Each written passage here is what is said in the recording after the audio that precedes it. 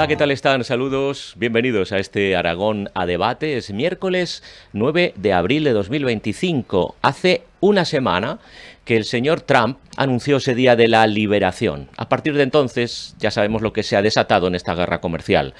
Hundimiento y caída de las bolsas, que continúa. Reacciones de todo tipo que vamos a comentar en el mundo.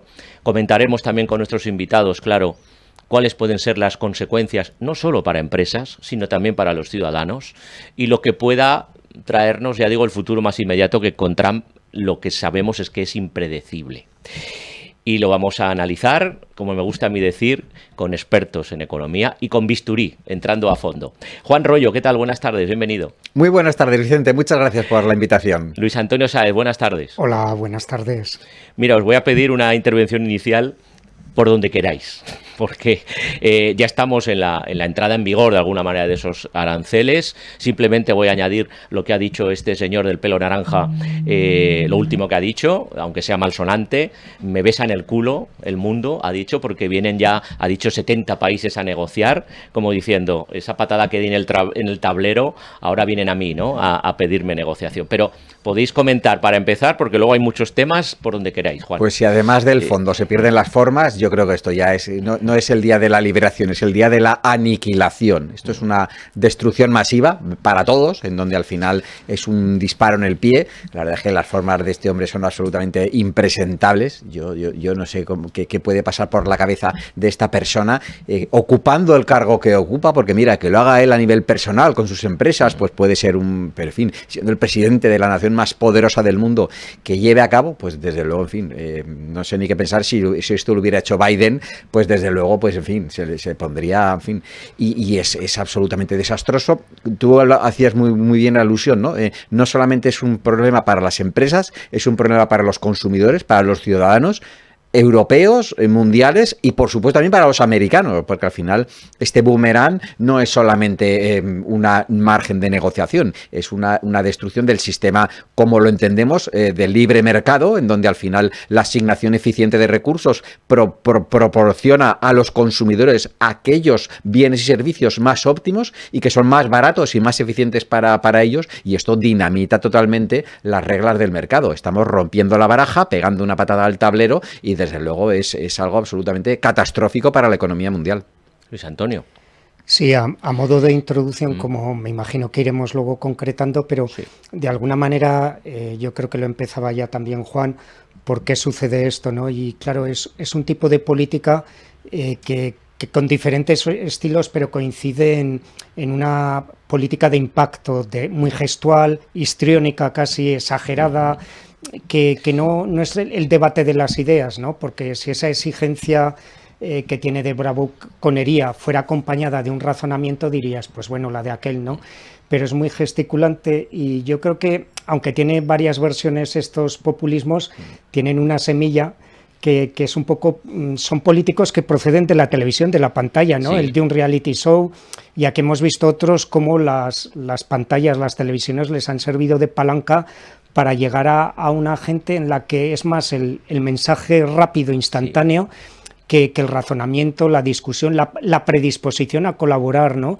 Que parece que se busca más el zasca, y de ahí esa cochinada que ha dicho, impropia de cualquier persona que hable en público, pero ¿no? Un dirigente de la primera potencia del mundo. Impensable, menos. ¿no? Claro. El decir eso, pero que refleja qué chulo soy y qué bien puestos los tengo, ¿no? Casi más que qué razonamiento, qué efectos, qué consecuencias va a tener. Y ante esa posición, totalmente de acuerdo, yo añadiría de matonismo, porque negocia desde una posición, insisto, de casi mafiosa. Lo primero que vamos a analizar, ¿cómo, a vuestro juicio, se debe reaccionar? Claro, porque, y me estoy fijando sobre todo en la Unión Europea, no tanto en España, luego si queréis hablamos, Aragón, afecciones, pero ¿cómo debe reaccionar la Unión Europea? De lo dicho esta semana, ¿con qué os quedáis? ya hemos visto que hay países que van por libre o que quieren negociar por libre. Papel de la Unión Europea que cada vez se pone más en solfa en cuestiones, hace poco con el rearme europeo, ahora también con este tema. Es difícil porque la gente de bien, pues claro, no podemos hablar con esta gente, ¿no? De todas formas, no nos vayamos tan lejos. En España sucede prácticamente lo mismo. Nos rasgamos las vestiduras con Trump, pero aquí en España pasa exactamente lo mismo. Retorcemos las palabras, el lenguaje, cambiamos las leyes y justificamos leyes que se incrementan, sin tener en cuenta el Parlamento, con total opacidad, con total falta de transparencia, oposiciones amañadas, doctorados amañados, justificamos leyes con fórmulas absolutamente, en fin, que no tienen ningún sentido lógico ni económico para justificar que hay unas regiones de España que les dotemos de presupuestos y a otras que las empobrezcamos vilmente. Es decir, no nos vayamos tan lejos, ¿no? Bien. Pero en cualquier caso, yendo a la pregunta que tú decías, ¿qué podemos hacer? Desde luego es que es muy difícil cuando tú rompes las reglas. Imagínate que estás jugando una partida al guiñote y a mitad de partida, con las cartas dadas, detectamos a alguien que hace trampas. Te están cantando las 40 con el 4 y el 7. Pero ¿cómo con el 4 y con el 7 me vas a cantar las 40? Pero esto es una trampa. Pues esto es lo que ha pasado, ¿no? De una forma así absolutamente, en fin, flagrante y sin ningún tipo de pudor. Pero debe ser respuesta al nivel de dureza de Trump o con las soft skills. Claro, otra derivada es que nosotros tampoco creas tú que tenemos muchas herramientas también, porque al final aquí, dentro de la Unión Europea, cada país hace un poco la guerra por su cuenta. Lo que le interesa a Alemania seguramente no le interesa a España, y en todos casos, pues bueno, ahora vemos a nuestro presidente que está de turné por China, qué es lo que querrá conseguir o qué dádivas querrá conseguir. Luis Antonio. Bueno, yo creo que nos lo planteabas en las conversaciones. Hay como dos respuestas, ¿no? La China, que ha sido de si tú esto, yo más. Yo más, él y tú más. Que es casi pues como esto que sale en la película esta de James Dean, Al borde del precipicio, ¿no? ¿Quién frena antes pero sin caer al precipicio, bueno, ¿no? Y al matonismo final, versus matonismo también, y al final de China, se te engancha, ¿no? Claro, yo creo que no se puede abstraer los aranceles de otro tipo de problemas que hay de productividad, de innovación, de las monedas, ¿no? Y en el caso de China, claro, es que ahí hay un conflicto, está Taiwán, y ya estaba latente desde hace tiempo que si maniobras militares de uno, que si otros. La geopolítica. La geopolítica con trufada de economía y de muchas más cosas. Claro, en Europa no tenemos esa especie de antagonismo político-militar, ¿no? Entonces, bueno, eso a lo mejor te debilita en cuanto a que parece que eres de la familia y te pueden plantear cosas que a lo mejor no reaccionas. Yo en cualquier caso creo que los aranceles son malos incluso para el país que los pone, porque implica eso, precios más altos sobre algo que, como decía Juan, lo están produciendo y que gusta a la gente, ¿no? Entonces yo creo que a lo mejor reaccionar, por supuesto que no haya un punto de ingenuidad, pero tampoco ese estilo de bravuconería, ¿no? Yo creo que a lo mejor el intentar reaccionar, no sé, sobre la capacidad de proyectos que se pueden poner en marcha y que se pierden, ¿no? De distintos ámbitos, y que yo creo que por otro lado las exportaciones, aunque son muy variadas de Europa a Norteamérica, pero en general tienen algo que es muy valioso en el intercambio, que es la reputación, ¿no? Un vino español allí yo creo que ya tiene también una clientela hecha, un reconocimiento, un prestigio, de la misma manera que un Mercedes-Benz era un elemento de distinción ya en California o donde fuera. Sí. Entonces, aunque suba un poquito, yo creo que esa imagen de marca en ciertos productos de Europa, aunque...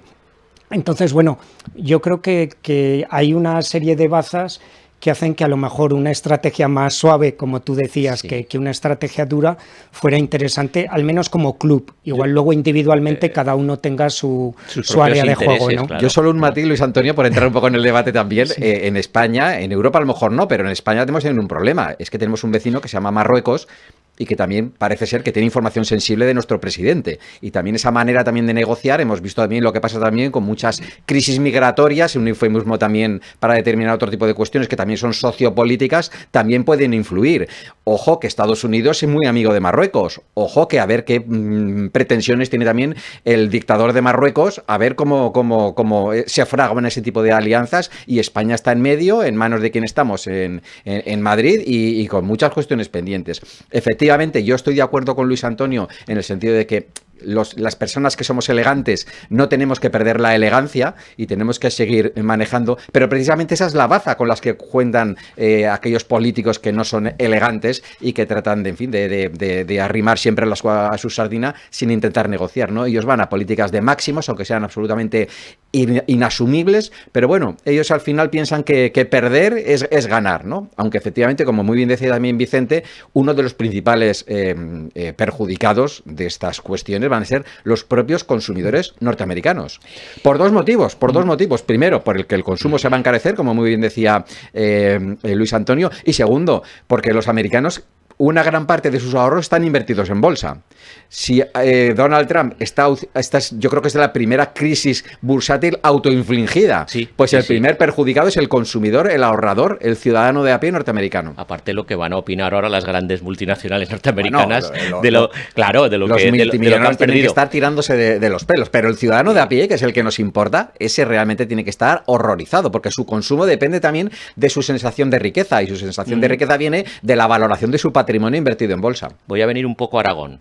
Aragón, las exportaciones porcentualmente no son importantes, quiero decir, porcentualmente un 1,4% a Estados Unidos. El sector del vino es el más afectado. Esta mañana escuchaba a un portavoz de la denominación de origen cariñena. Él lo que decía, por un lado, es que igual el precio de venta al público en Estados Unidos de ese vino, la garnacha, que por cierto es muy valorada en ese país, podría subir un 10%. Decía, no sé, es una estimación inicial. Pero hablaba de otra cuestión, que se abrían a negociar el sector del vino con los importadores directamente.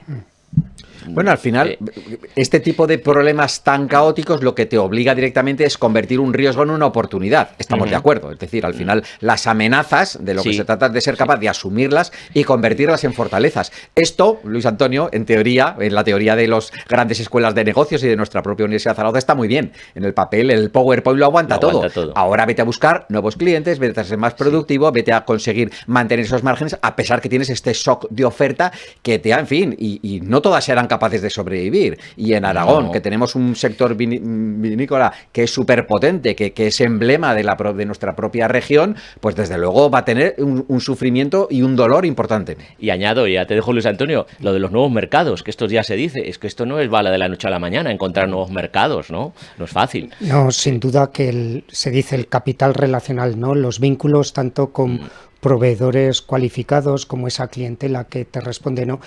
Por eso, lo que comentaban también, no era tanto una situación disruptiva, cortante, como que estaba en una situación de espera, ¿no? Los propios importadores de allí locales. Sí.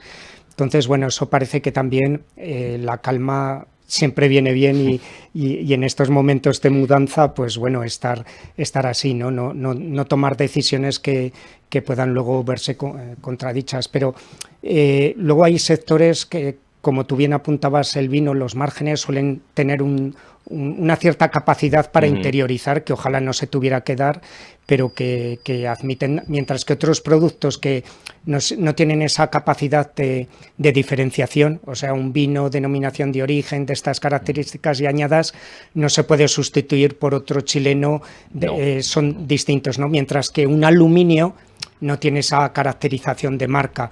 Entonces, bueno, es lo que te decía antes, que tal vez eso otorga una cierta capacidad de reacción, ¿no? Y de maniobra, ¿no? En cualquier caso, Vicente, tú nos proponías qué solución puede haber. Desde luego, yo sé la que no se puede haber, ¿no? El dicho ese de no discutas con un impresentable porque te hará descender a su nivel y ahí te ganará por experiencia, ¿no? Pues yo creo que al final los europeos no podemos descender a ese nivel de chabacanismo y al final tenemos que defender, pues si hay que aumentar costes a las importaciones en represalia, pues se tendrá que hacer de la manera adecuada, pero justificándolo y explicándolo también de forma transparente, ¿no? A los ciudadanos qué es lo que se va a hacer, por qué se va a hacer. Pero desde luego las formas es imprescindible, absolutamente imprescindible que se mantengan.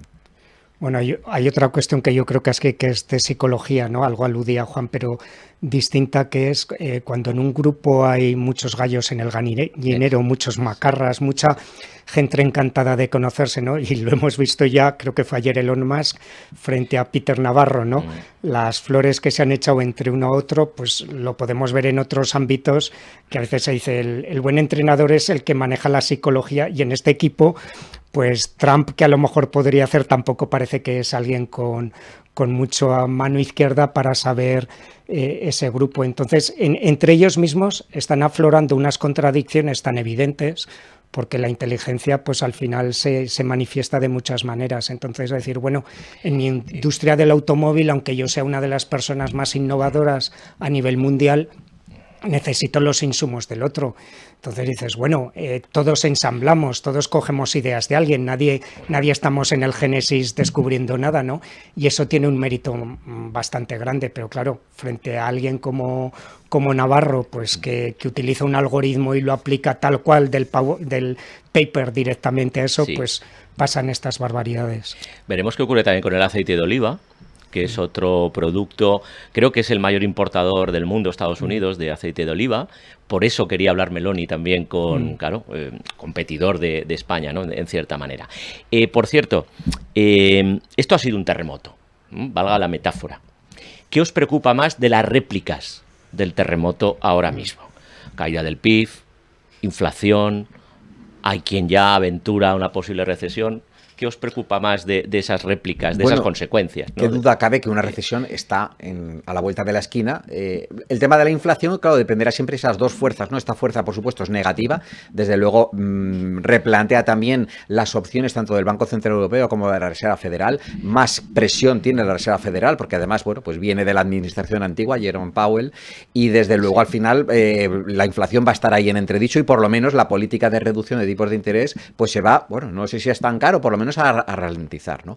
Ahora depende también de cómo afecte la productividad, la tecnología, que es una dinámica también brutal que está creciendo a nivel exponencial y eso es claramente deflacionista. Con lo cual estamos en esos dos aspectos fundamentales. Sin embargo, claro, tendemos a entender la economía y el PIB, y esto Luis Antonio es mucho más experto que yo en estos campos, desde un punto de vista macroeconómico, sin entender las diferencias, ¿no? Sin entender las desviaciones típicas. No tiene nada que ver el precio de los alimentos en España con los precios de los alimentos en África, en cualquier país, en Sudán. Entonces, claro, ahí es donde tenemos unos verdaderos dramas humanos, porque claro, el que te suba la cesta de los alimentos en España, pues puede ser dramático. Pero que te suba en Sudán o que te suba en países en guerra o donde afecta realmente la sequía desde un punto de vista, eso es algo absolutamente dramático, que conlleva directamente riesgo de muerte. Pues Antonio. Bueno, yo creo que mirar las dos cosas, ¿no? El paso que das y el horizonte que está cambiando.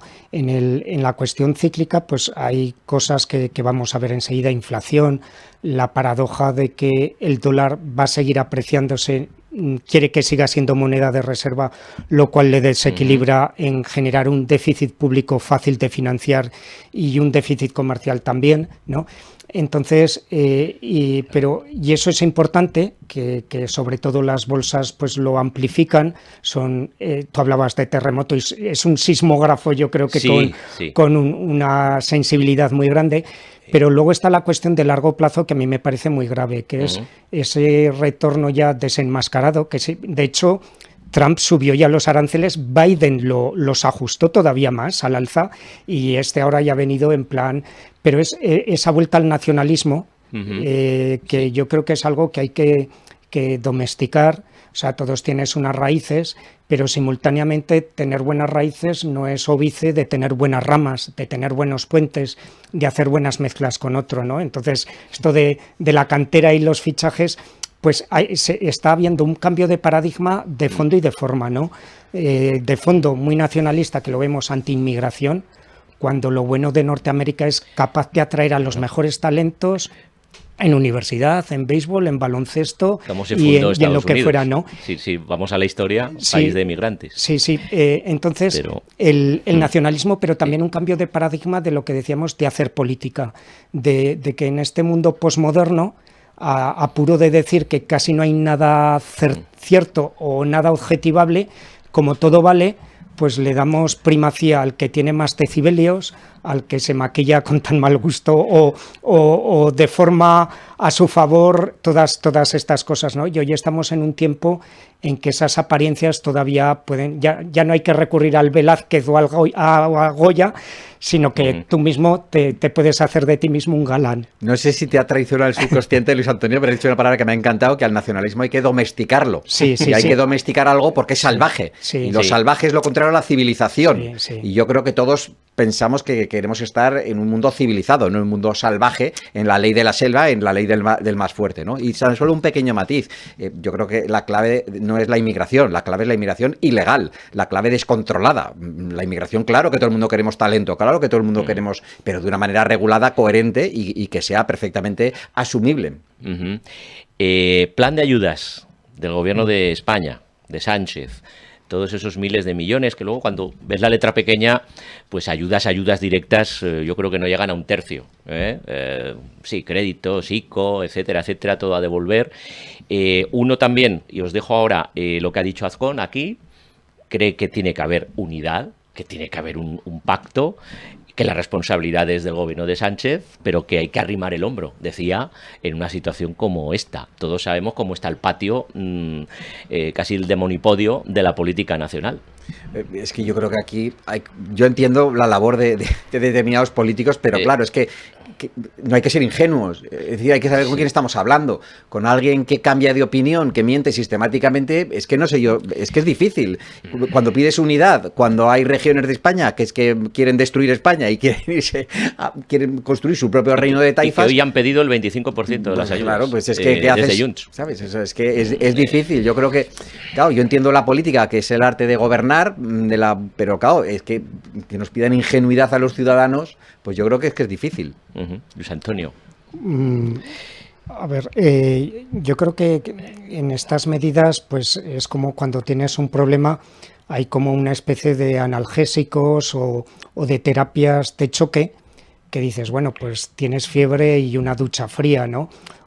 Las ayudas a mí siempre me parece que tienen que estar un poco en coherencia o en función con lo que desees a largo plazo.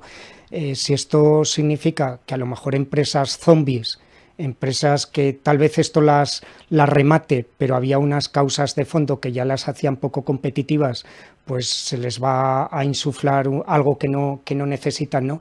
¿A dónde querría ir a parar? Al tema que para mí que creo que es clave, que es la productividad. Lo que nos jugamos en el escenario internacional es sobre todo el ser competitivo, el ser productivo, el prestar, que ha quedado también en la trastienda y es más relevante, unos servicios, que hoy en día es muy importante el comercio de servicios, no tanto como el material, que es el que estamos discutiendo. Entonces, bueno, yo lo que creo que las estrategias deberían ir a cómo internacionalizamos todavía más la empresa española, que tiene a veces un problema de tamaño, de innovación, de colaboración, de redes, e ir en esa perspectiva de que las estrategias son más bien de fondo. Estamos, hoy lo que jugamos son partidos internacionales y en ellos lo que tener al árbitro un día lo puedes tener a favor, ¿no? Que es el que legisla, el que dice, pero lo importante es que tú juegues bien y yo creo que las estrategias deberían ir más en esa línea de nuevas producciones, nuevos servicios, nuevos mercados, revalorizar las tradiciones que tenemos y dejarse también un poco de estas frases genéricas, que es que yo para que diga esas cosas Azcón o quien fuera, o Sánchez, mejor cállate y no digas nada. Es que eso es muy pragmático. Yo creo que lo ideal aquí es montar un comité de expertos que no exista, como pasó con la COVID, y así ya está todo solucionado. Y claro, las noticias se van acumulando sobre este tema. A la hora en que estamos realizando este programa, el gobernador del Banco de España, señor Escrivá, ya anuncia que esta institución va a revisar a la baja su previsión de crecimiento por los aranceles de Trump, que era del 2,7, y que lo va a revisar a la baja, claro. Aunque habla de que está sometida a elementos de incertidumbre muy grandes. Sí, él ha dicho, eso lo he leído un poquito antes de venir, que era aventurado posicionarse, ¿no? Que estábamos todavía un poquito sin que haya descampado, sin que veamos el escenario después de la tormenta, y también comentaba algo que es eso, que directamente España con Estados Unidos creo que es el 7º, 8º puesto, pero que transitivamente es donde nos puede tocar, ¿no? Por contagio hacia Alemania, hacia Francia, que sí que tienen más capacidad directa con ella, ¿no? Y ahí es donde... Luis Antonio decía antes, hablaba también de una palabra, yo cito siempre a Luis Antonio, histriónico, ¿no? Le decía de Trump. Y es verdad que el mundo al final nos sucede un poco pues como a nuestro Real Zaragoza, ¿no? Que estábamos en depresión, ganamos un partido y ya parece que está todo solucionado, ¿no? Hoy en día pasa lo mismo, estamos todos esperando que Donald Trump al final recoja carrete y al final tenemos siempre esa esperanza, ¿no? Y lo decía también Luis Antonio también, ¿no? Los mercados financieros, las bolsas, ¿no? Que absolutamente te pueden bajar un 20% en lo que llevamos de año, de índices, un 20%, que es una absoluta barbaridad. Oye, y al final, bueno, depende cómo se negocien los temas, pues a lo mejor el péndulo se gira hacia el otro lado, ¿no? Con lo cual, cada una institución como el Banco de España o COE o cualquiera emitan esos informes que son realmente muy sesudos. Estos sí que son trabajados, no son informes fake como los que hace Donald Trump. Pues claro, al final, como dependemos tanto de estas variables que son tan dinámicas, pues es difícil establecer, ¿sabes? Una predicción para el PIB que por otro lado no es una macromagnitud que refleje realmente el salud de la economía por la cantidad de variables que se incluyen. Con la diferencia que hay entre el PIB ahora mismo de España y la media de la Unión Europea y cómo está el PIB de Alemania, por ejemplo. Y si contamos muy justitos. Y si contamos otro tipo de variables, como por ejemplo el paro juvenil, en donde somos subcampeones de Europa, pues desde luego ya ni te cuento, empezamos a sumar datos negativos. Claro, el tema de las bolsas, porque igual a la audiencia general dice, bueno, a mí esto cómo puede afectar. Claro, los inversores, siempre que hay una crisis de este tipo, que está siendo importante, buscan valores refugio. ¿Veis detrás de todo esto, en el tema de las bolsas, desde mi ignorancia, veis también estrategias? Yo creo que no. Yo creo que los mercados financieros son demasiado grandes como para que haya nadie que quiera tener una posición. En todo caso, aquí el más listo de todos es Warren Buffett, que ya hace tiempo que se vendió una gran parte de su cartera y el oráculo de Omaha, que le llaman así a este hombre, es el único que descubrió ser esa posibilidad también de anticiparse, ¿no? Y él se quedó bastante en liquidez hace ya un tiempo. Lo descontó. Pero el resto de los mortales yo creo que lo tenemos complicado. Yo la verdad, estando Juan, que tiene una experiencia profesional de haber trabajado en mercados financieros, la verdad es que lo único que puedo coincidir es en eso, ¿no? En el desconcierto que provoca. Y una de las palabras que también es un comodín para usar en economía es la interdependencia, ¿no? Entonces dices, esta empresa tiene refugio, pero con la diversificación que tienen esas empresas geográficas de negocio de tal, es difícil que esto es un contagio tipo peste o de un determinado tipo de incertidumbre que es difícil encontrar un... Pues aprovechando un refugio, que está ahí Juan, claro, los inversores siempre buscan, ¿verdad?, certidumbres y estabilidad. Justo lo que llevamos una semana que no tenemos ninguna, ¿no?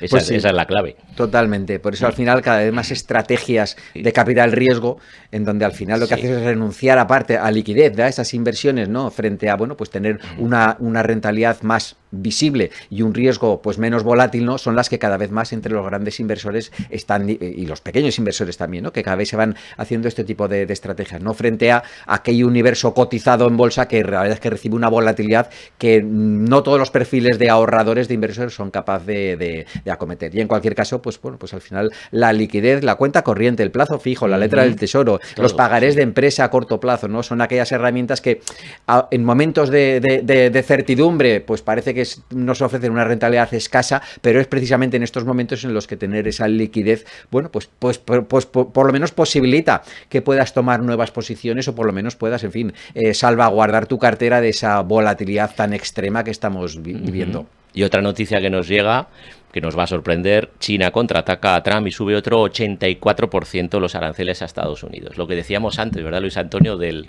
ahora yo más. Claro, y esto precisamente, en el caso de China, pues es un país comunista, pues lo podemos llegar a entender, pero claro, en el caso de Estados Unidos, que es el adalid del libre mercado, de la economía de mercado, era, porque desde luego lo está, vamos, dinamitando, y esto es lo que tiene el populismo. El populismo al final solamente quiere a problemas complejos, como decía antes Luis Antonio, soluciones sencillas. Pues la lógica de cualquier persona te dice que un problema complejo no se puede solucionar sencillamente. No tiene la solución de la navaja de Occam, precisamente, ¿no?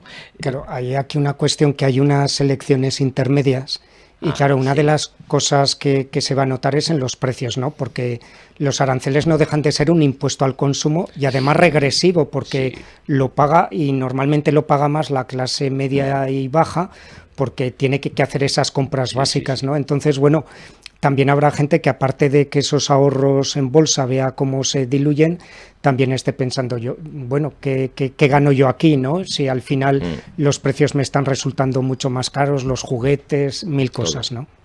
Pues no tenemos tiempo para más. Ha sido un gran debate, un gran análisis de la situación que, evidentemente, por desgracia, seguiremos, yo creo, semanas, no sé si meses, hablando de este tema. Ojalá que no, ojalá que todo se solucione.